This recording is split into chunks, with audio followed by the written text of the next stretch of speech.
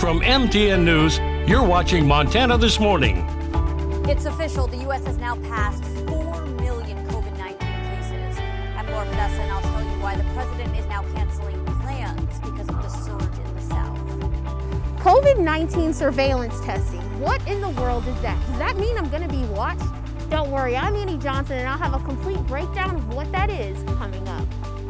Lots going on there. 6:30 now, back here on Montana This Morning. Caitlin Corbett, Chet Lehman, and Matt Elwell. The rain has stopped. Going to be a bit warmer today, a little more dry. It's going to be better, but we'll still have some showers. I'm doing a little surveillance of my own. Are you? Yeah, a little satellite surveillance. A couple of showers out near Deer Lodge. That's what we're tracking right now. Nothing real heavy about any of these, or maybe a quick, brief downpour.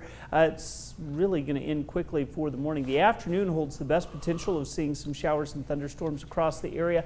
Not particularly strong storms, but the possibilities are there of seeing a few showers. Temperatures into the 80s. It will be breezy as you head later into the, it's a beautiful shot there. Thanks for setting that up. I believe Bob's working the camera there in Butte. Thanks for doing that. We'll talk more about your hour-by-hour forecast and what to expect heading into the weekend in just a few minutes. All right, thank you, Matt. It is now just ahead of 6:32. Our top story this half hour. The U.S. has now surpassed 4 million confirmed coronavirus cases. More than 144,000 Americans have died from COVID-19. And the CDC now projects the death toll could reach 175,000 by August 15th. The states driving the surge are mostly in the South, like Florida, where President Trump has decided to partly cancel his party's national convention.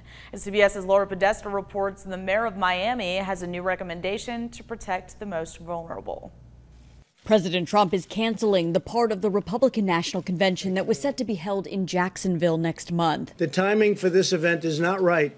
Just not right with what's happened recently, the flare-up in Florida. The state reported a record 173 new coronavirus deaths yesterday. And I'll still do a convention speech in a different form. This distillery south of Jacksonville was counting on the RNC for some much-needed business. It would have meant a very nice, boost in sales and income. Owner Philip McDaniel understands the risks are too high. I think in the bigger balance, it's the right call. Miami Mayor Francis Suarez says the largest spread of the virus is coming from within homes and suggested drastic measures. Particularly if they have a multi-generational household, wearing masks indoors and also respecting social distance when they're at home. For the second day in a row, more than 1,000 Americans died from the coronavirus. Texas had 173 deaths. If all of you had the opportunity to walk into our hospitals, you would see warehouses of human beings, if you will, on stretchers and on ventilators. But in Arizona, new cases and hospitalizations are trending downward. There's no victory lap today. There's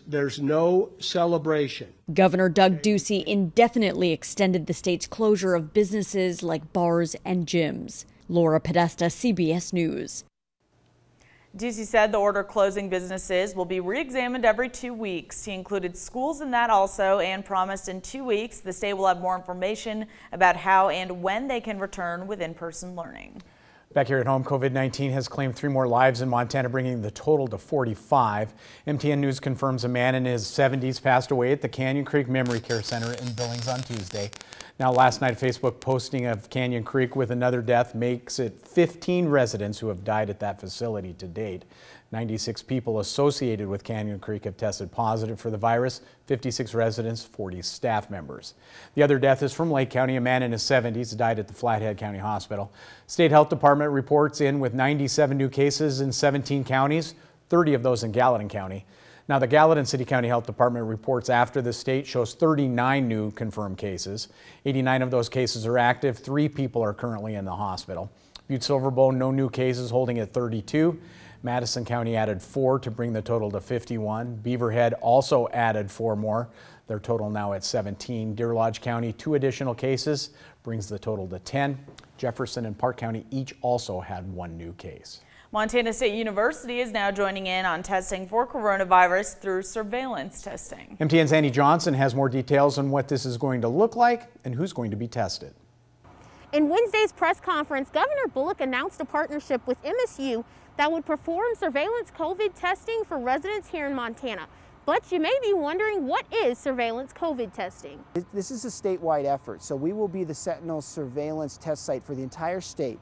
And that's why it's going to be so important for DPHHS to help prioritize what samples get sent to us. They're going to aim for 500 per day at the start, and then we're hoping to scale that very quickly to 2,000 tests per day. The Department of Public Health and Social Services will select groups of people who may not be showing any symptoms and test them individually to make sure the virus isn't unknowingly within the group. We're going to be able to help with the law enforcement testing, the healthcare services testing, what's going to be needed for K-12 in the university. So those asymptomatic participants who we need to get ahead of the curve on so that we can have a good strategy moving forward for this fall. But this isn't like other COVID tests. You don't volunteer individually to get tested. Who gets tested is going to be prioritized by the Department of Public Health and Human Services.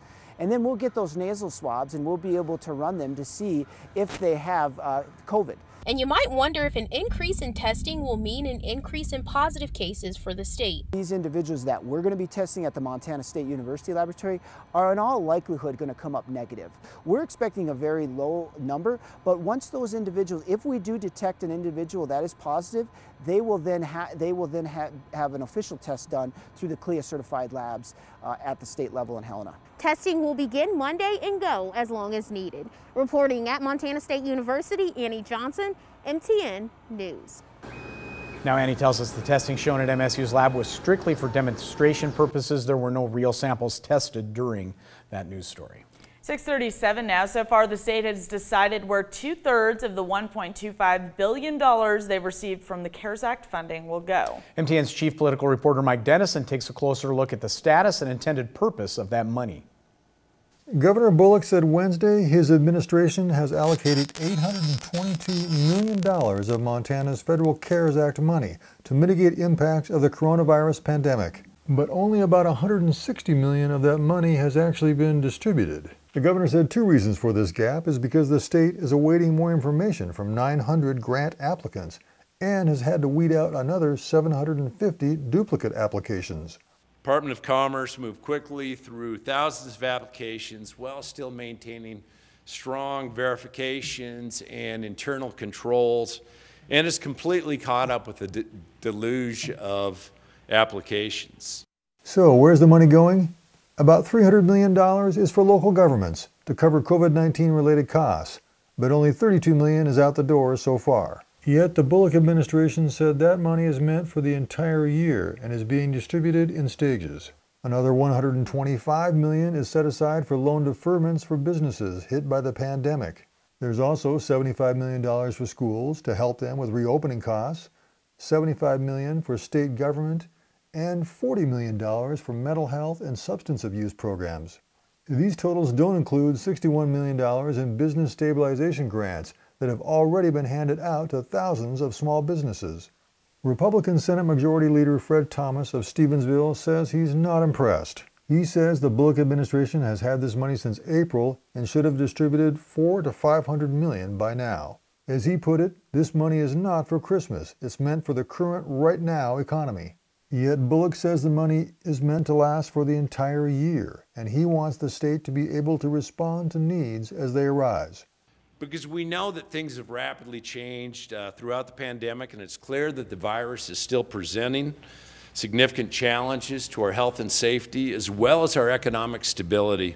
We have to ensure that we have the resources to weather the next 6 months. Reporting from Helena, Mike Dennison, MTN News. 6:39 now in local court news. Travis Ian Hunter pleaded guilty yesterday morning in Butte District Court to 3 felony charges in connection with entering an uptown business with a gun, threatening to shoot people. This was back in December of 2018. The brief standoff ended when Hunter shot out a window, jumped through it, seriously injuring himself. He faces kidnapping, assault with a weapon, and criminal endangerment charges. The judge will sentence him at a later date. Meantime, Hunter is free on bond. And in Bozeman court news, a Bozeman man who hit and killed a woman while she was biking home along 19th Avenue was sentenced this week. Chad Basitis was sentenced to 25 years in prison with 17 suspended, so he'll spend 8 years behind bars. 25-year-old Alexa Zintars died after she was hit biking home from work on a night in December. According to the Gallatin County District Court Clerk, Bositis was also ordered to perform 250 hours of community service and go through an alcohol treatment program. According to court documents, Bositis told officers that he had 3 or 4 alcoholic drinks before leaving a company Christmas party earlier that night. Hopefully that provides some kind of closure for the family there. Absolutely true. 6:40 now. We're going to take a commercial break, but When Montana This Morning continues. Movie theater giant AMC delays its reopening yet again. How that could affect hundreds of theaters across the country, including here in Bozeman. Good morning. Ahead on CBS This Morning, coronavirus cases dramatically increasing. More than 4 million confirmed cases now in the U.S. Tens of millions of Americans are unemployed. We'll show you how many could face cuts to their benefits. Also, mail-in voting has become a hot topic politically. We put the Postal Service to the test to see the chances that your vote will actually count. And first on CBS This Morning, we're joined by the Washington football team's head coach, Ron Rivera. We'll ask him about the team's name change and his concerns about starting the season during a pandemic. All that coming up when we see you at 7.